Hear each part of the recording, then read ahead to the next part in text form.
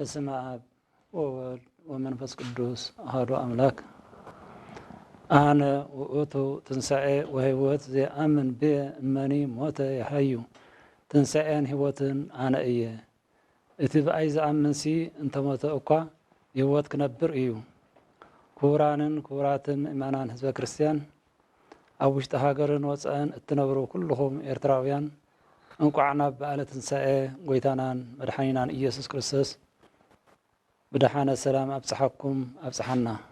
ቅዱስ ዳዊት ብመንፈሰ ትንቢት ኣብ መዝሙሩ ኣቐዲሙ ትንሣኤ ክርስቶስ ክገልጽ ከሎ ይትነሳእ እግዚአብሔር ወይ ዘረው ጸሩ ማለት እግዚአብሔር ይትንስእ ጸላእቱ ከዓ ይብተኑ ይብል።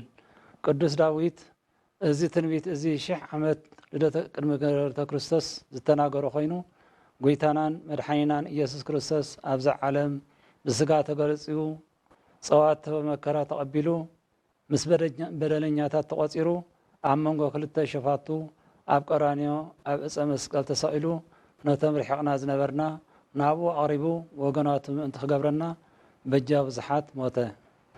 ነዚ ንክገልጽ ሐዋርያው ቅዱስ ጳውሎስ ሕጂ ግና ኣቱም ቀደም ርሑቓት ዝነበርኩም ንስኻትኩም ብኢየሱስ ክርስቶስ ብደም ክርስቶስ ቀሪብኩም ንሱ ነዞም ክልተ ሓደ ዝገበረ ነቲ ኣብ መንጎ ዝነበረ ከልካሊ መንደቕ እውን ዘፍረሰ ሰላምና እዩ። ንስኻትኩም ነቶም ርሑቓት ዝነበርኩም መጺኡ ሰላም ኣበሰረኩም ይብል።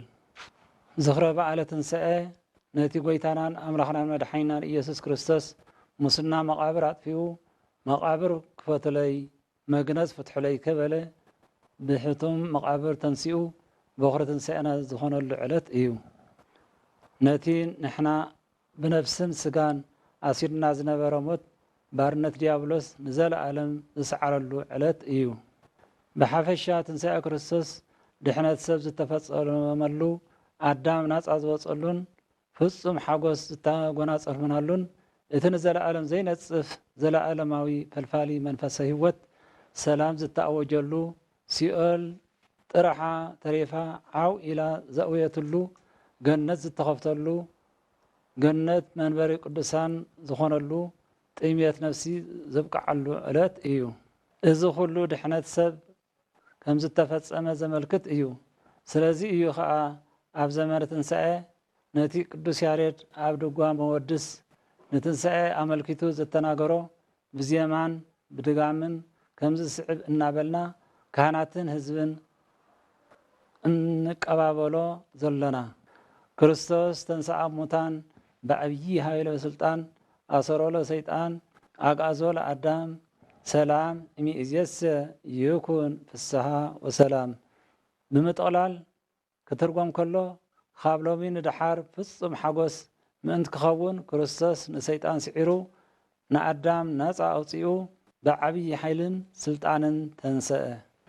ቅድስት ቤተ ክርስቲያንና ብማህሌትን መዝሙርን ጸሎትን ዓወት ትንሣኤ ትሰብኽ። ምክንያቱ እቲ ኩሉ ብነቢያት ክንገር ዝጸንሐ ተስፋ ድሕነትና ብትንሣኤ ክርስቶስ እዩ ተረጋጊጹ። ጎይታና ኣብዚ ምድሪ 33 ዓመትን 3 ወርሕን ኣብ ዝጸንሓሉ ግዜታት ዘከናወኖ ግብርታት ምድሓን ዝያዳ ከዓ እቶም ኣብ ዝሓለፈ ሰሙነ ሕማማት ዝተቐበሎም መከራን ስቃይን ኣክሊሎም ትንሣኤ እዩ። ሞት ብዓወት ተዋሕጠ፣ ሲኦል ተበርበረ፣ ዲያብሎስ ተሰዕረ፣ ኣዳም ነፃ ወፀ ዝብሉ ብስራታት ዓወት ናይ ዓለም ዝተኣወጀሉ ብትንሣኤ ክርስቶስ እዩ። ክርስቶስ እንተዘይትንስእ ነይሩ ሕማሙን ሞቱን ትርጉም ኣይመሃለዎን። ስለዚ ሞት ዝተሰዕረሉ ትንሣኤና ዝተበሰረ ብምትንሣእ ክርስቶስ እዩ። ክቡራንን ክቡራትን ህዝቢ እግዚአብሔር ጎይታና ናን ኢየሱስ ክርስቶስ ኣነ ትንሣኤን ሕይወትን እየ። እቲ ብኣይ ዝኣምንሲ እንተሞተ እኳ ብሕይወት ክነብር እዩ። ብዝሃቦ ኣምላካዊ ቃል ብምርዳእ ንኽብሪ ትንሣኤ ክንበቅዕ ኣብዚ ምድሪ ብንስሓ ተሓፂብና ንእምነት ብግብሪ ኣሰኒና ብመንፈሳዊ ሕይወት ክንመላለስ ይግባአና። ነዚ ክቡር በዓል ከነብዕል ከለና እንታይ ክንበልዕ ክንሰትን ክንክደንን ካብ ዝብል ካብ ስጋዊ ድልየት ነፃ ኮይና ንሓድሕድና ብፍቕርን ለውሃትን ፀንዕና በረኸት ስጋን በረኸት ነፍስን እንረኽበሉ ክኸውን ይግባእ። በዓለ ትንሣኤ ብኸመይ ከነብዕሎ ይግባእ? ኣብ ቅድስቲ ቤተ ክርስቲያን ዝፍፀም ስርዓት ሰማያዊ ክብርን ዘለዓለማዊ በረኸትን ዘብህብ ብምዃኑ ክንሳተፎ ግቡእና እዩ።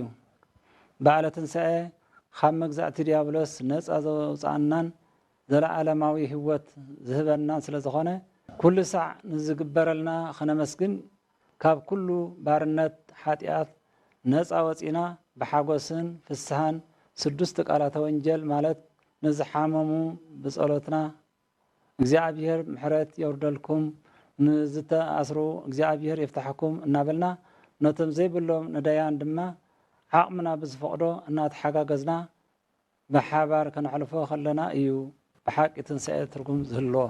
ከምኡውን ካብዚ ሎሚ ዓለም ብዝተፈላለዩ ነገራት እትናወፀሉ ዘላ ኩነታት ልዑል እግዚአብሔር ብምሕረቱ ሓልዩ ንሃገርና ኤርትራ ክልልቲ ብግርማ ብመንፈስ ቅዱስ ድማ ሕፅርቲ ክገብረልና ንዓለምና ድማ ሰላምን ርግኣትን ምሕረትን ፍቕርን ኣውሪዱ በዓልና ናይ በረኸትን ሓጎስን ክኾነልና ቅዱስ ፈቃዱ ይኹነልና። ክርስቶስ ተንሥአ እሙታን ብዓብዪ ሃይሎ ስልጣን ኣሰሮ ለሰይጣን ኣግዓዞ ለኣዳም ሰላም እምይእዜሰ ይኩን ፍስሓ ወሰላም። ክቡራን ህዝቢ እግዚአብሔር ኣብ ውሽጢ ዓዲ ዘለናን ኣብ ደገ ዘለናን ኣብ በረኻታት ሓሎ ዘለናን እግዚአብሔር ኣምላኽ ዝገብረልና ዘሎ ከነመስግኖ ይግባእ። ሎሚ ዘይመስገናዮ መዓስ ከነመስግኖ?